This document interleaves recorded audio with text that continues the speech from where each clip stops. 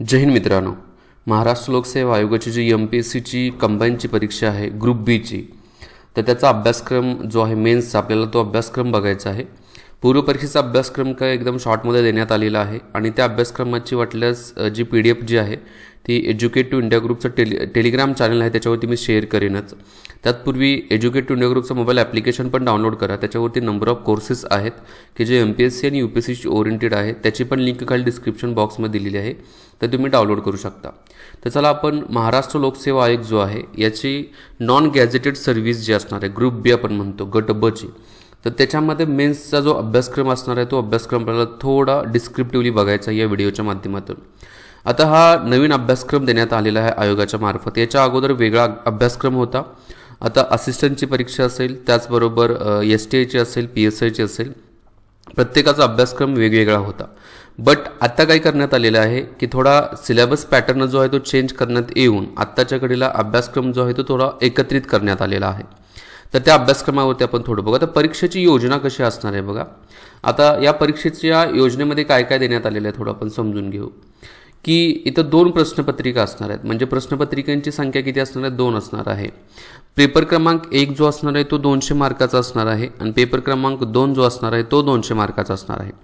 अशी जी टोटल परीक्षा जी होणार आहे ती 400 मार्काची होणार आहे। किती? 400 गुणांची ही टोटल परीक्षा होणार आहे बघ। आता याच्यामध्ये जी PSIची परीक्षा असणार आहे म्हणजे शारीरिक चाचणी आणि मुलाखत जी असणार आहे फक्त PSI साठी असणार आहे। केवळ पोलीस उपनिरीक्षक पदासाठी काय असणार आहे तर शारीरिक चाचणी असणार आहे, मुलाखत असणार आहे। आज शारीरिक चाचणीमध्ये गुण 100 असणार आहेत आणि मुलाखतीचे गुण किती आहेत तर 40 गुण असणार आहेत। तर अशा प्रकारे थोडं जर आपण PSI सोडलं तर त्याच्या व्यतिरिक्त जे मेरिट लागणार आहे ते 400 मार्कांच्या पैकी मेरिट लागणार आहे आणि PSIचं जे मेरिट असणार हे क्वालिफाय लेवलचं आहे, तर मेरिट त्याचं पण लागताना 400 पैकीच लागणार आहे बघा। आता थोडं आपण काय करूया की पेपर जो आहे पेपर क्रमांक पहिला आणि पेपर क्रमांक दुसरा जो आहे याच्या बाबतीमध्ये थोडी सविस्तर माहिती घेत जाऊ बघा। आता पेपर क्रमांक जो पहिला आहे या पेपर क्रमांक पहिल्यामध्ये मराठी आणि इंग्रजी असणार आहे। मराठीचे 50 प्रश्न असणार आहेत, इंग्लिशचे किती असणार आहे 50 प्रश्न असणार आहे। एक प्रश्न 2 मार्काला असले म्हणजे गुणांची संख्या किती असणार आहे 100 गुण असणार आहेत मराठीला आणि इंग्रजीला पण 100 गुण असणार आहे। मराठी जे असणार आहे ते 12वी लेवलचं असेल, दर्जा इथे देण्यात आलेला आहे बघा मराठीचा 12वी लेवलचा असेल आणि त्याचबरोबर इंग्रजीचा जो दर्जा असणार आहे तो पदवी लेवलचा असणार आहे।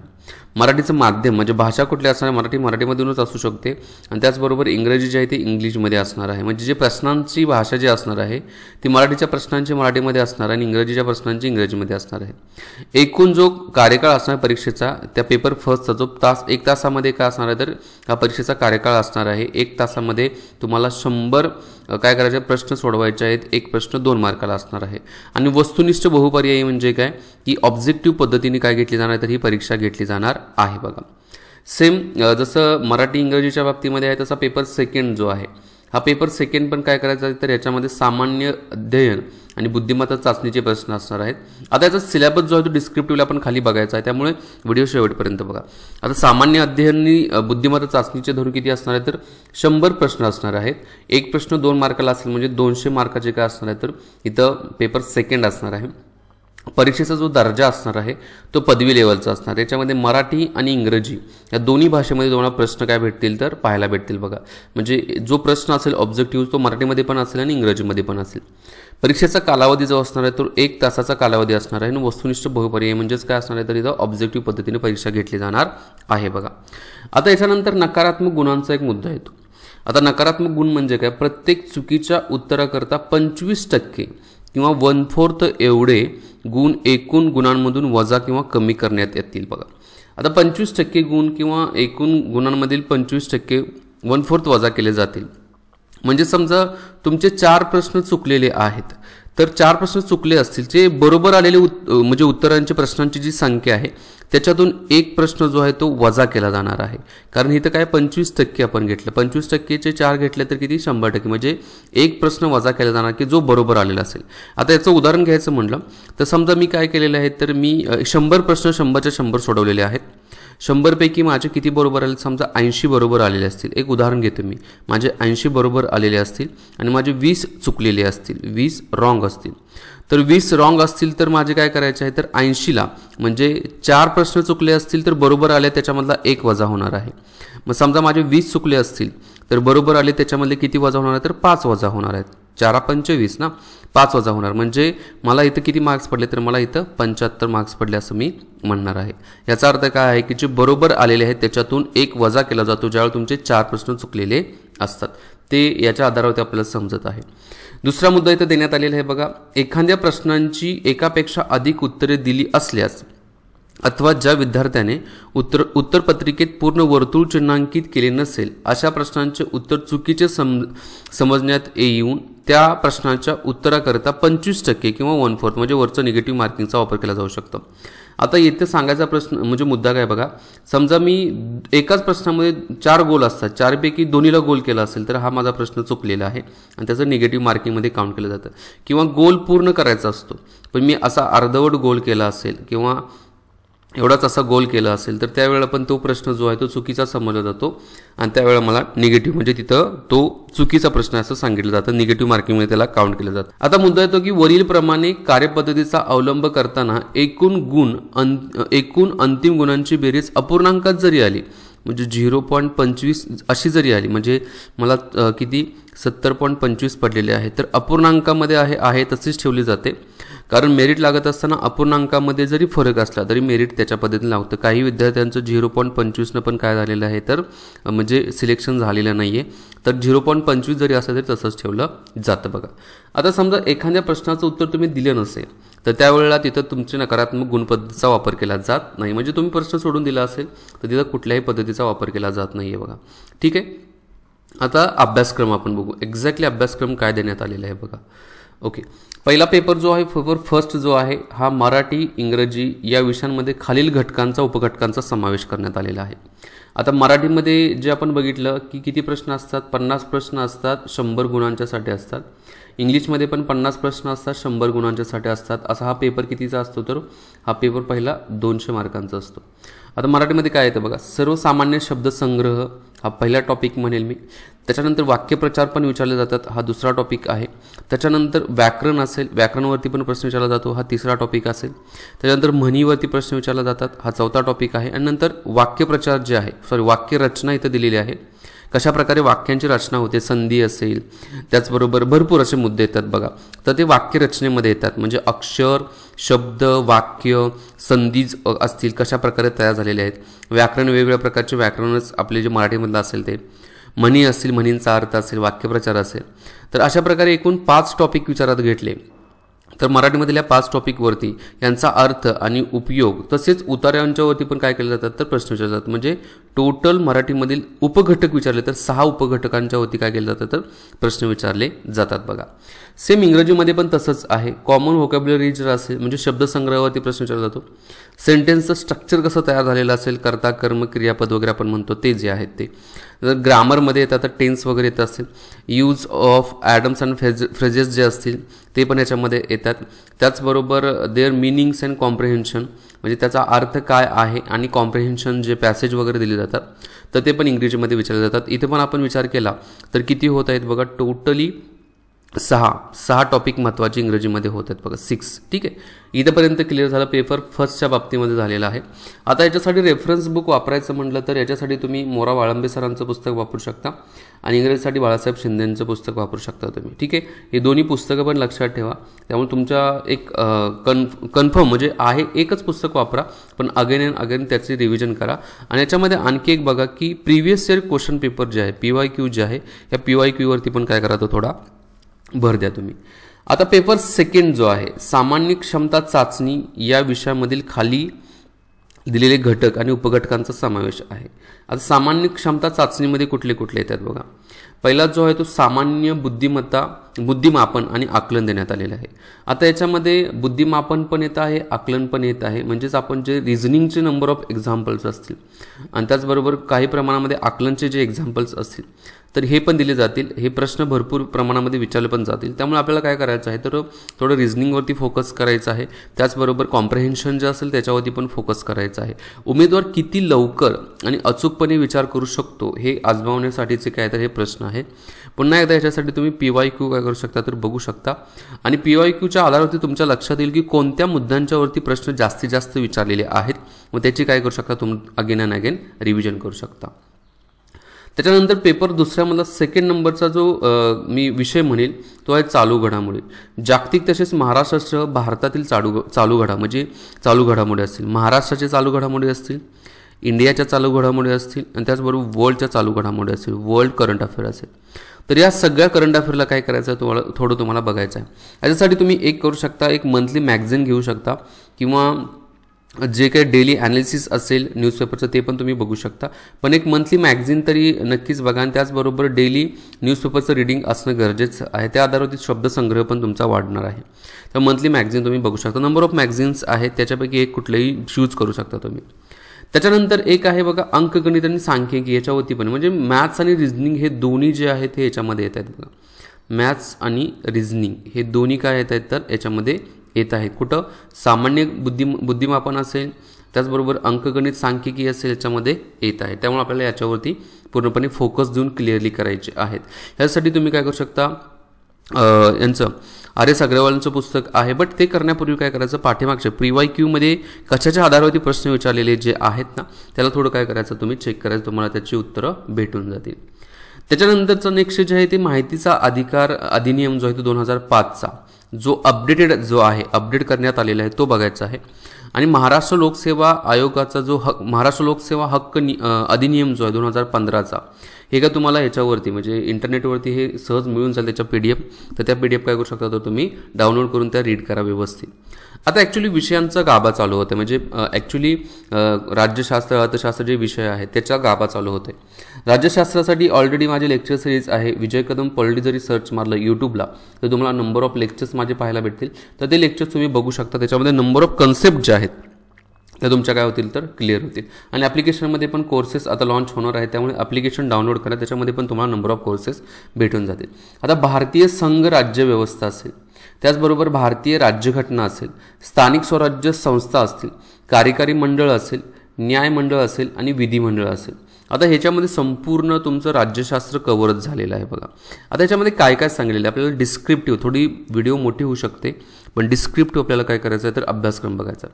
घटना कशी तयार झाली आणि घटनेच्या प्रस्तावने मागची भूमिका व तत्वे काय होती, म्हणजे इथून सुरुवात होते. घटनेची सुरुवात जी होती ती कशी झाली, तिथून पासून ते घटना जी मांडण्यात आली त्या प्रस्तावनेमधील भूमिका तत्वे कशी होती, म्हणजे थोडक्यात तिथं आपण प्रस्तावना म्हणू शकतो. त्याचबरोबर घटनेची महत्त्वाची कलमे असतील म्हणजे आर्टिकल्स असतील, ठळक वैशिष्ट्य जे आहेत, हा दुसरा टॉपिक होता. पहिला टॉपिक काय आहे हा म्हणेल मी. दुसरा मुद्दा काय देण्यात आलेला आहे तर घटनेतील महत्त्वाची कलमे असतील, त्याचबरोबर ठळक वैशिष्ट्य. तिसरा मुद्दा जो होता तो केंद्र आणि राज्यांच्या संबंधात येत आहे बघा. केंद्र आणि राज्यांचे स्टेट आणि सेंटरचं रिलेशन जे आहे त्याच्यावरती प्रश्न विचारलेला आहे. बरेच वेळा प्रश्न विचारलेले पण आहेत. पाठीमागचे प्रिव्हियस इयर क्वेश्चन पेपर बघल्यानंतर तुमच्या ते लक्षात येईल. नंतर निधर्मी राज्य जे आहे ही जी आहे मूलभूत हक्कांच्या मधली कन्सेप्ट आहे ते थोडं समजून घेऊ शकता. त्याच्यानंतर 5th नंबरची कन्सेप्ट जी आहे ती कुठली आहे तर मूलभूत हक्क आणि मार्गदर्शक तत्वांच्या संदर्भात येत आहे. त्याचबरोबर इथं मार्गदर्शक तत्व आहे, मूलभूत हक्क आणि कर्तव्य असेल, मार्गदर्शक तत्व पण इथं येत आहेत बघा 6 नंबरचा. त्याच्यानंतर शिक्षणासंदर्भातलं मार्गदर्शक तत्व आहे, युनिफॉर्म सिव्हिल कोड असेल, स्वतंत्र न्यायपालिका हा पण एक नवीन टॉपिक येत आहे बघा 7th नंबरचा येत आहे. त्याच्यानंतर राज्यपाल जे आहे 8 नंबरचा मुद्दा असेल, मी टॉपिक म्हणेल मी. मुख्यमंत्री आणि मंत्रिमंडळ जे आहे यांची कर्तव्य काय असणार आहेत 9 नंबरचा टॉपिक. त्याचबरोबर त्यांचे अधिकार काय असणार आहेत, कार्य काय असणार आहे ते देण्यात आले. राज्य विधिमंडळ जे आहे याच्यावरती पण प्रश्न विचारले जाऊ शकतात, जसं विधानसभा असेल, विधान परिषद असेल, त्यांचे सदस्य असतील, त्याचबरोबर अधिकार असेल, कार्य आणि कर्तव्य आणि विधी समित्या यांच्यावरती काय केले जाऊ शकतात तर प्रश्न विचारले जाऊ शकतात. सो आपल्याला काय करायचं आहे तर याच्यामध्ये क्लॅरिटी ऑफ थॉट्स, एक एक मुद्दा जो आहे तो व्यवस्थित समजून घेऊन वाचायचा आहे. जसं तुम्ही कोळंबे सरांचं पुस्तक घेतलं, कोळंबे सरांचं, किंवा मी म्हणेल की आपलं के सागर पब्लिकेशनचं जे आहे ते पुस्तक जरी घेतलं, कोणतंही एक दोन्हीपैकी तुम्ही काय करू शकता तर रेफर करू शकता बघा. बेस्ट ऑफ द बेस्ट पुस्तक आहे तो. ह्या बेस्ट पुस्तकांच्यापैकी एक तुम्ही चूज करा आणि अभ्यासाला सुरुवात करा. राज्यशास्त्राच्या बाबतीमध्ये झालं. स्थानिक स्वराज्य संस्था ज्या आहे याच्यावरती पण प्रश्न विचारले जाऊ शकतात. स्थानिक स्वराज्य संस्थेच्या बाबतीमध्ये पंचायत राजच्या पॉलिटीच्या माझ्या ह्याच्यामध्ये मोबाईल ॲप्लिकेशनमध्ये याच्या नोट्स आहेत माझ्या स्वतःच्या, तर त्या नोट्स तुम्ही घेतल्या आणि त्याची रिव्हिजन वगैरे जरी केली तरी तुम्हाला त्याचा फायदा होऊ शकतो बघा. हा झाला पॉलिटीच्या बाबतीमध्ये.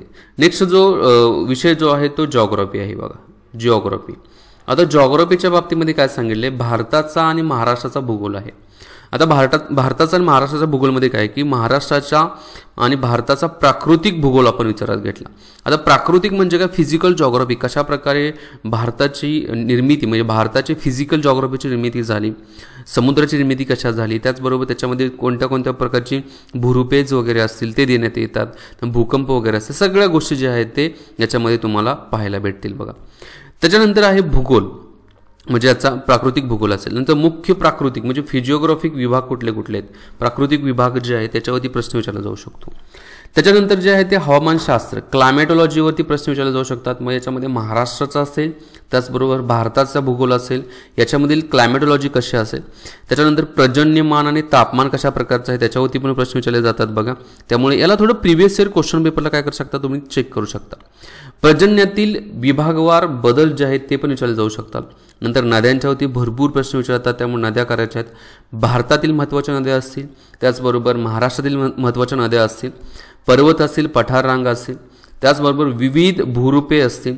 नंतर राजकीय विभाग असतील, आपले किती राजकीय विभाग आहेत चेक करू शकता तुम्ही. प्रशासकीय विभाग किती आहेत, 6 प्रशासकीय विभाग आहेत, ते थोडं चेक करा. प्रशासकीय विभागामधील जे जिल्हे आहेत त्यांच्याविषयी माहिती घ्या तुम्ही. त्याच्यानंतर नैसर्गिक संपत्ती याच्यावरती प्रश्न विचारतात बघा, वने आणि खनिजे असतील, मानवी सामाजिक भूगोल असेल. त्याच्यानंतर लोकसंख्येवरती बऱ्याच वेळा प्रश्न विचारलेला आहे. लोकसंख्या 2011ची माहिती असू दे, 2001ची पण माहिती असू दे.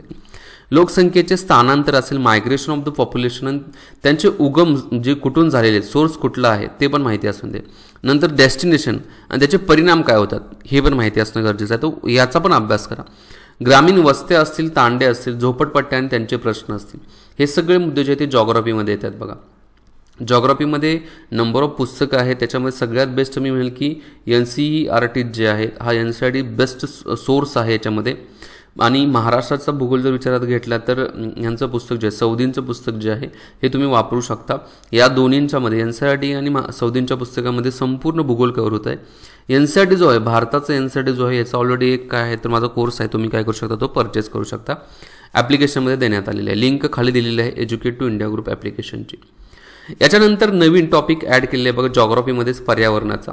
आता पर्यावरणामध्ये काय सांगले बघा, मानवी विकास आणि पर्यावरण हा एक मुद्दा येत आहे बघा. मानवी विकास आणि पर्यावरण फर्स्ट पॉईंट येत आहे, म्हणजे माणसाचा विकास कसा झाला, पर्यावरणाचा संदर्भ माणसाच्या विकासासंदर्भात कसा आहे. नंतर पर्यावरणपूरक विकास कसा आहे याच्यावरती पण प्रश्न विचारला जाऊ शकतो की म्हणजेच काय की एन्व्हायरमेंट डिपेंड किंवा एन्व्हायरमेंट सप्लिमेंटरी डेव्हलपमेंट जो आहे तो कशा प्रकारचा आहे, हा पर्यावरणाचा भाग येतोय. त्याच्यानंतर नैसर्गिक साधन संपत्तीचे संधारण जे आहे, विशेषतः वनसंधारण असेल, विविध प्रकारची प्रदूषणे जे असतील त्याच्या संदर्भात प्रश्न विचारला जाऊ शकतो. पर्यावरणीय आपत्ती जी आहे याच्यावरती प्रश्न विचारला जाऊ शकतो. पर्यावरण संवर्धनात कार्यरत असलेल्या राज्य असतील, राष्ट्र असतील, जागतिक पातळीवर ज्या संघटना आहेत त्याच्यावरती प्रश्न विचारला जाऊ शकतो. याच्यासाठी तुम्ही तुषार घोरपडे सरांचं पुस्तक वापरू शकता. त्याचबरोबर जे डेली पर्यावरण एन्व्हायरमेंट संदर्भातल्या ज्या अपडेट्स जे असतात, डेली अपडेट्स जे आहेत ना एन्व्हायरमेंट रिलेटेड, तर त्या अपडेट थोड्या काय करा तर करंट अफेअरला धरून तुम्ही अभ्यासू शकता बघा. त्याच्यानंतर नेक्स्ट जो आहे विषय तो आहे सामान्य विज्ञान आणि तंत्रज्ञानाच्या बाबतीमध्ये. सामान्य विज्ञान जे आहे ते बेसिक सामान्य विज्ञान आपल्याला माहिती आहे की जे 9वी आणि 10वीचं सामान्य विज्ञानचं पुस्तक वाचल्यानंतर हा भाग कव्हर होतो. त्याचबरोबर जर तुम्हाला आणखी ॲडव्हान्स पाहिजे तर 6वी ते 12वीपर्यंतचं काय आहे तर 6वी ते 10वीपर्यंतचा ज्या NCERT ज्या आहेत तर ह्या NCERT तुम्हाला सामान्य विज्ञानाच्या बाबतीमध्ये one of the best source आहे. कारण हे जर तुम्ही केलं तर हे करायची गरज पडणार नाही महाराष्ट्राचं. तर अशा प्रकारचा हा कोर्स पण आहे NCERTचा, त्याची पण लिंक खाली डिस्क्रिप्शन बॉक्समध्ये दिलेली आहे. तुम्ही कोर्समध्ये गेला तर नंबर ऑफ कोर्स तुम्हाला पाहायला भेटतील. आज सामान्य विज्ञानामध्ये काय बघा, भूगोल ह्याच्यामध्ये भूगोल नाही सॉरी भौतिकशास्त्र, आपण त्याला फिजिक्स म्हणतो बघा. त्याच्यानंतर रसायनशास्त्र आहे, केमिस्ट्री असेल, प्राणीशास्त्र आहे, झूलॉजी असेल, वनस्पतीशास्त्र आहे, बॉटनी आहे बघा. तर हे जे टॉपिक आहेत ते सामान्य विज्ञानाच्या मध्ये येत आहेत बघा. आता तंत्रज्ञानामध्ये काय येतात बघा, दूरसंवेदन असेल म्हणजे टेलिकम्युनिकेशनच्या संदर्भात असेल, हवाई असेल, ड्रोन छायाचित्रण असेल, भौगोलिक माहिती प्रणाली असेल आणि त्यांचे उपयोग असेल म्हणजे रिमोट सेन्सिंग आपण म्हणतो बघा, एरियल आणि ड्रोन फोटोग्राफी असेल, जॉग्राफिक इन्फॉर्मेशन सिस्टीम आहे याच्यामध्ये GIS असेल आणि इट्स ॲप्लिकेशन जे आहे ते विचारले जाऊ शकतात. आणि नेक्स्ट जे आहे ते ICTच्या बाबतीमध्ये इन्फॉर्मेशन अँड कम्युनिकेशन टेक्नॉलॉजी जे आहे म्हणजे माहिती आणि संप्रेषण तंत्रज्ञान जे आहे ते याच्यावरती प्रश्न विचारला जाऊ शकतो. सो हे आपल्याला इंटरनेटच्या सोर्सच्या माध्यमातून नंबर ऑफ याच्या संदर्भात डिटेल्स जे आहेत ते भेटून जातील बघा. अजून मार्केटमध्ये याच्या संदर्भात जर पुस्तक आले तर तुम्ही ते पुस्तकं रेफर करू शकता बघा. अजून तरी आलेलं नाही तर आल्यानंतर मी तुम्हाला सांगेलच. टेलिग्राम चॅनलला जॉईन राहा तुम्ही. त्याच्यानंतर नेक्स्ट जे आहे ते अर्थशास्त्राच्या संदर्भात आहे. अर्थव्यवस्था व नियोजन, विकासविषयक अर्थशास्त्र. आता विकासविषयक अर्थशास्त्र याच्यामध्ये दोन मुद्दे देण्यात. समग्रलक्षी अर्थशास्त्र याच्यामध्ये पूर्णपणे मॅक्रो इकॉनॉमिक जे आहे ते विचारात घेतले जाते. याच्यामध्ये ग्रोथ आणि डेव्हलपमेंट याच्यावरती पण प्रश्न विचारले जाऊ शकतात. त्यामुळे ग्रोथ आणि डेव्हलपमेंट याच्यामधला फरक काय आहे तो समजून घ्या. डेव्हलपमेंटचाच भाग असतो बघा ग्रोथ. मी इकॉनॉमिक्सचे लेक्चर्स घेतलेले आहेत. विजय कदम इकॉनॉमिक्स जरी सर्च मारलं, यूट्यूबला जरी सर्च मारलं तर तुम्हाला 71 लेक्चर्स भेटून जातील. ते लेक्चर्स तुम्ही काय करू शकता तर बेसिक इकॉनॉमिक्स समजून घेण्यासाठी बघू शकता बघा.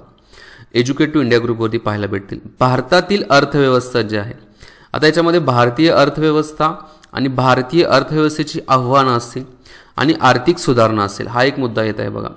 त्यानंतर भारतीय शेती आणि ग्रामीण विकास जो आहे याच्यावरती प्रश्न विचारला जाऊ शकतो. सहकार क्षेत्रावरती प्रश्न विचारला जाऊ. सहकार क्षेत्राची स्थापना जी 1904 पासून झाली होती त्याच्या संदर्भात. नंतर मौद्रिक आणि वित्तीय क्षेत्र जे आहेत, मौद्रिक धोरण समिती असेल, फायनान्शियल सेक्टर्स वेगवेगळे येत आहेत, शेअर मार्केट संदर्भातली इन्फॉर्मेशन येत असेल तर ते मौद्रिक व वित्तीय क्षेत्रामध्ये येत आहेत बघा. त्याच्यानंतर सार्वजनिक वित्त आणि वित्तीय संस्था जे आहे हा पण टॉपिक काय तर खूप इम्पॉर्टंट आहे. सार्वजनिक वित्ताच्या बाबतीमध्ये उद्योग आणि सेवा क्षेत्र जे आहेत, म्हणजे सेकंडरी सेक्टर आणि टर्शरी जो सेक्टर जो आहे याच्यामध्ये इंडस्ट्रीच्या बाबतीमध्ये विचार केला, उद्योगांच्या बाबतीमध्ये विचार केला, मॅन्युफॅक्चरिंग सेक्टर्स येत असेल, सर्व्हिस सेक्टरमध्ये नंबर ऑफ सर्व्हिस सेक्टर्स येत आहेत बघा. पायाभूत सुविधांचा विकास जो आहे याच्यामध्ये पायाभूत सुविधांच्यामध्ये इन्फ्रास्ट्रक्चर डेव्हलपमेंट असेल. या इन्फ्रास्ट्रक्चर डेव्हलपमेंट म्हणजे रस्ते बांधणीच्या संदर्भात असेल, रेल्वे बांधणीच्या संदर्भात असेल. त्याचबरोबर वेगवेगळ्या प्रकारचे बॉर्डर रोड ऑर्गनायझेशन जे आहे त्यांच्यामार्फतचे नंबर ऑफ प्रोजेक्ट्स जे असतील तर त्याच्यामध्ये काउंट केले जातात बघा.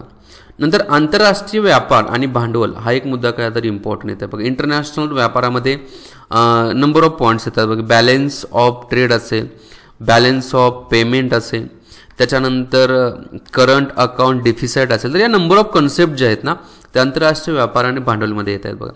आणि त्याच्यानंतर महाराष्ट्राची अर्थव्यवस्था जो आहे याचा रेफरन्स जर घ्यायचा असेल तर मी म्हणेन की आपण जे अर्थसंकल्प आपण बघतो, अर्थसंकल्प, आता हा अर्थसंकल्पाचा रेफरन्स तुम्हाला करंट अफेअरला पण होणार आहे. याच्यामध्ये तुम्ही इंडियाचा अर्थसंकल्प, भारताचा अर्थसंकल्प बघू शकता आणि महाराष्ट्राचा अर्थसंकल्प. त्याच्यामध्ये जे बेसिक पॉईंट्स जे आहेत, जे परीक्षाभिमुख वाटत आहेत ना, तर तेच तेवढे काय करायचे आहेत तर वाचायचे आहेत. तर अशा प्रकारे संपूर्ण डिस्क्रिप्टिव्हली मी काय केलेलं आहे तर इथं सिलेबस घेतलेला आहे. 15 नोव्हेंबर 2022ला अपडेट झालेला आता रिसेंटलीचा हा सिलेबस आहे. व्यवस्थित सिलेबस समजून घ्या. सिलेबसची एक PDF जी आहे त्याची झेरॉक्स मारा, तुमच्या अभ्यासाच्या डेस्कवरती नेहमी ठेवत जावा. आणि त्याचबरोबर ही जी व्हिडिओ आहे ही व्हिडिओ प्रत्येक वेळेला बघत जावा, जेणेकरून मॅक्सिमम तुम्हाला कळेल की अभ्यासक्रमामधील मुद्दे कोणते कोणते आहेत. बाकी मी इथं थांबतो. ॲप्लिकेशन डाउनलोड नक्की करा. नंबर ऑफ कोर्सेस आहेत त्याचा तुम्हाला नक्की फायदा होईल. मी इथं थांबतो. जय हिंद मित्रांनो.